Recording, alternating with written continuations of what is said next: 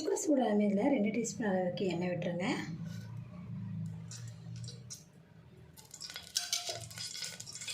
எண்ணெய் சூடான இதில் பார்த்திங்கன்னா 50 கிராம் அளவுக்கு சின்ன வெங்காயத்தை பார்த்திங்கன்னா இந்த மாதிரி தட்டி வச்சுருக்கேன்.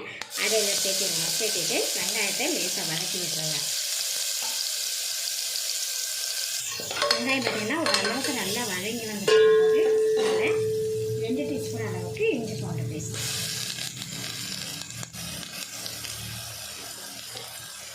பச்சை போகிற அளவுக்கு வதக்கி விட்டுருவோம். இஞ்சி பூண்டு விழுந்து சேர்த்துட்டு நல்லா வதக்கி விட்டதுக்கப்புறம் ஃப்ளேம் வந்து லோ ஃப்ளேமில் வச்சுட்டு இதில் பார்த்திங்கன்னா ஒரு பிஞ்ச் அளவுக்கு மஞ்சள்தூள்,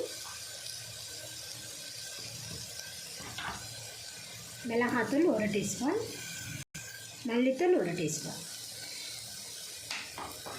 இது லோ ஃப்ளேம்லேயே லைட்டாக வதக்கி விட்டுக்கலாம். லோ ஃப்ளேமில் வதக்கி விட்டதுக்கப்புறம் இதில் பார்த்தீங்கன்னா 1/2 கிலோ அளவுக்கு மட்டன் கறி வாங்கி வாஷ் பண்ணி எடுத்து வச்சுருக்கேன். அதை இதில் சேர்த்துருவோம்.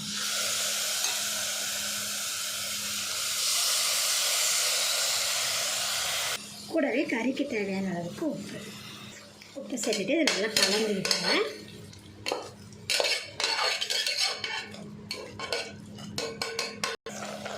மீடியம் ஃப்ளேம்லேயே பார்த்திங்கன்னா பச்சை வாசம் போகிற அளவுக்கு பார்த்திங்கன்னா நல்லா வதக்கி விட்டுட்டோம். ஏன்னா நமக்கு பார்த்திங்கன்னா கறி வேகிறதுக்கு லேட் ஆகும். அதனால் குக்கரே நம்ம ஒரு 4 விசில் குக் பண்ணி எடுக்கும்போது நம்மளுக்கு பார்த்திங்கன்னா நம்ம சீக்கிரமே இது வச்சுருக்காங்க தான். இப்போ இதில் பார்த்திங்கன்னா கறி வேகிற அளவுக்கு தண்ணி சேர்த்துருக்கேன்.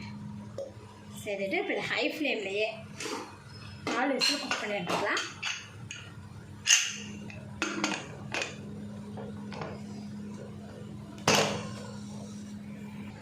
அடிக்கணமான கடாயை எடுத்துருக்கோம் பிரியாணி செய்கிறதுக்கு.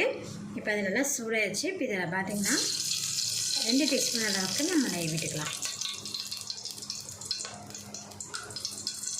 இது கூட பார்த்திங்கன்னா 100 ml ஆயில், நெய்யும் எண்ணெயும் பார்த்திங்கன்னா நல்லாவே சூடாகிடுச்சு. இப்போ இதில் பார்த்திங்கன்னா தாளிக்க பட்டை, கிராம்பு, ஏலக்காய் அன்னாச்சி படுத்துருக்கோம். அது இதில் சேர்த்துக்கலாம். எண்ணெய் குறைவாகவும் நெய் அதிகமாகவும் சேர்த்திக்கும் போது உங்களுக்கு சாப்பாடு பார்த்திங்கன்னா அடுத்த நாள் கூட நல்லாயிருக்கும். இதெல்லாம் எண்ணெய் நல்லா பொரிஞ்சதுமே காரத்துக்கு 5 பச்சை மிளகா, நல்லா எண்ணெயில் பொரிஞ்சதுமே 2 பெரிய வெங்காயம் எடுத்துக்கோங்க. நல்லா பெரிய சைஸாக இருந்தால் 2 எடுத்துக்கோங்க. மீடியம் சைஸாக இருந்தால் 3 எடுத்துக்கோங்க.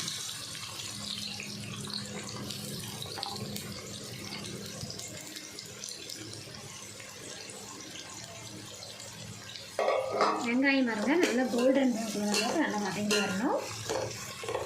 கொஞ்சமாக இதில் உப்பு சேர்த்தும் போது நமக்கு வெங்காயம் பார்த்திங்கன்னா நல்லா சீக்கிரமாகவே வதங்கிடும். அது இல்லாமல் பார்த்திங்கன்னா இது ஒரு 5 நிமிஷம் நம்ம நைஃப்லேயே இதை மூடி வச்சிடலாம்.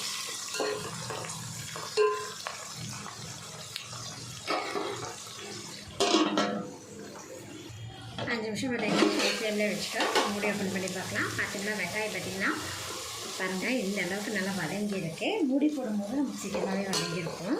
இப்போ இது கூட பார்த்திங்கன்னா 1/2 கைப்பிடி அளவுக்கு கொத்தமல்லி தழையும் 1/2 கைப்பிடி அளவுக்கு புதினா தழையும் பார்த்திங்கன்னா பண்ணி வச்சுருக்கேன். அதை இதில் ஆட் பண்ணிக்கிறேன்.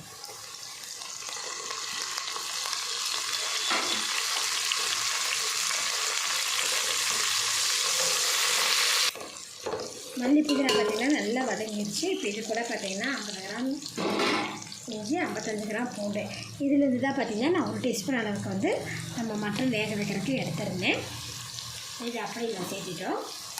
பச்சை வாசம் போகிற அளவுக்கு நல்லா கிளம்பி வச்சு வதக்கி விட்டுருவோம். 1/2 கிலோ அளவுக்கு 1/2 கிலோ கறிக்கான இது மசாலாட்டை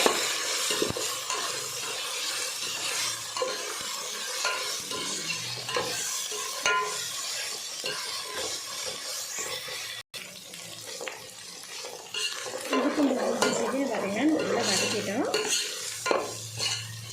இப்போ இது கூட பார்த்திங்கன்னா லோ ஃப்ளேமில் வச்சுட்டு இதில் நம்ம மசாலா பொடியில் ஆட் பண்ணிக்கலாம். மசாலா பொடியில் பார்த்திங்கன்னா காரத்துக்கு தகுந்தபடி நீங்கள் மிளகாத்தூள் சேர்த்துக்கலாம்.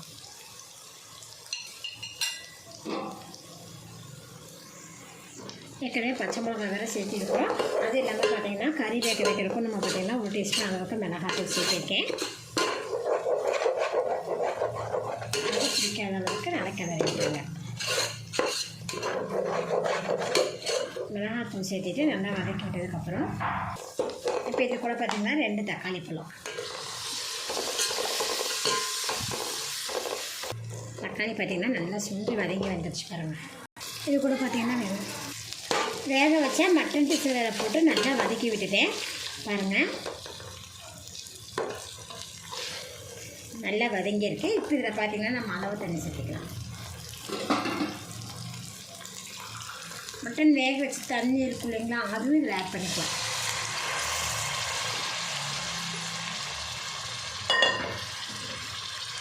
இது கூடவே பார்த்திங்கன்னா தேவையான அளவுக்கு உப்பு சேர்த்துட்டு நல்லா கலந்து விட்டுருவோம்.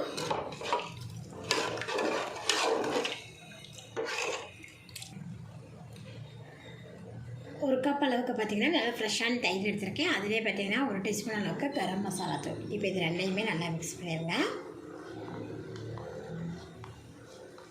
தயிரும் கரம் மசாலாவும் நல்லா மிக்ஸ் ஆகிற மாதிரி கட்டி இல்லாமல் நல்லா மிக்ஸ் பண்ணிக்கோங்க.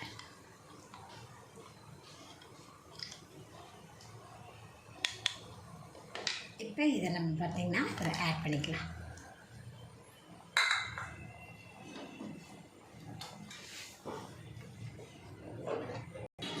தண்ணி பார்த்திங்கன்னா இப்போ கொதிக்க ஆரம்பிக்குது. இப்போ இதில் பார்த்திங்கன்னா அரிசி சேர்த்துக்கலாம்.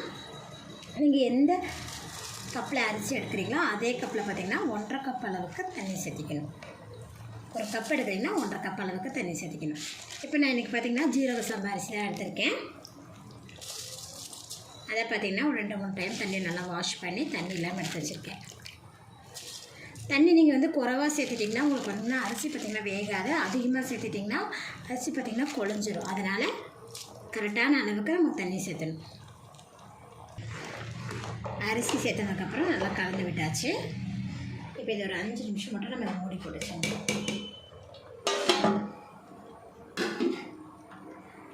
5 நிமிஷம் பார்த்திங்கன்னா மூடி போட்டு வச்சுருந்தேன். இப்போ மூடி ஓப்பன் பண்ணி பார்க்கலாம். பார்த்தோம்னா பாருங்கள் நல்லா கொதிச்சுட்ருக்கு.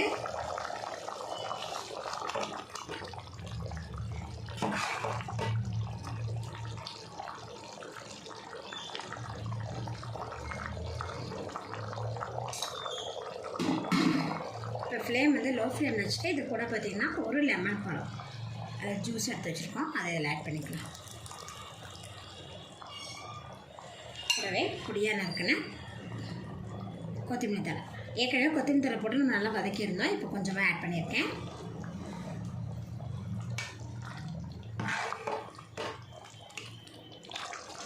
அரிசியும் தண்ணியும் பார்த்திங்கன்னா இப்போ சமமான அளவில் வந்துருக்கு பாருங்கள். இப்போ நம்ம இதை தம் போட்டுருவோம்.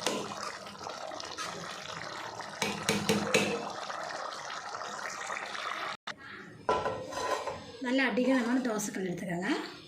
தோசைக்கல் பார்த்திங்கன்னா நல்லா ஹீட் ஆகிடுச்சு. இப்போ இதில் பார்த்திங்கன்னா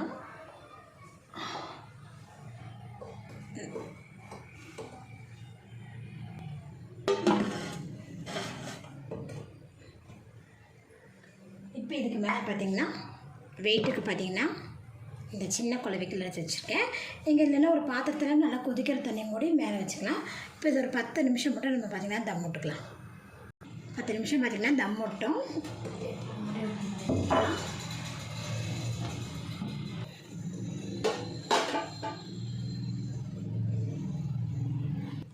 பார்த்திங்கன்னா நல்லாவே சூப்பராகவே மட்டன் பிரியாணி ரெடி ஆச்சு. இப்போ இது கூட பார்த்திங்கன்னா 1 டீஸ்பூன் அளவுக்கு நெய் சேர்த்துக்கலாம்.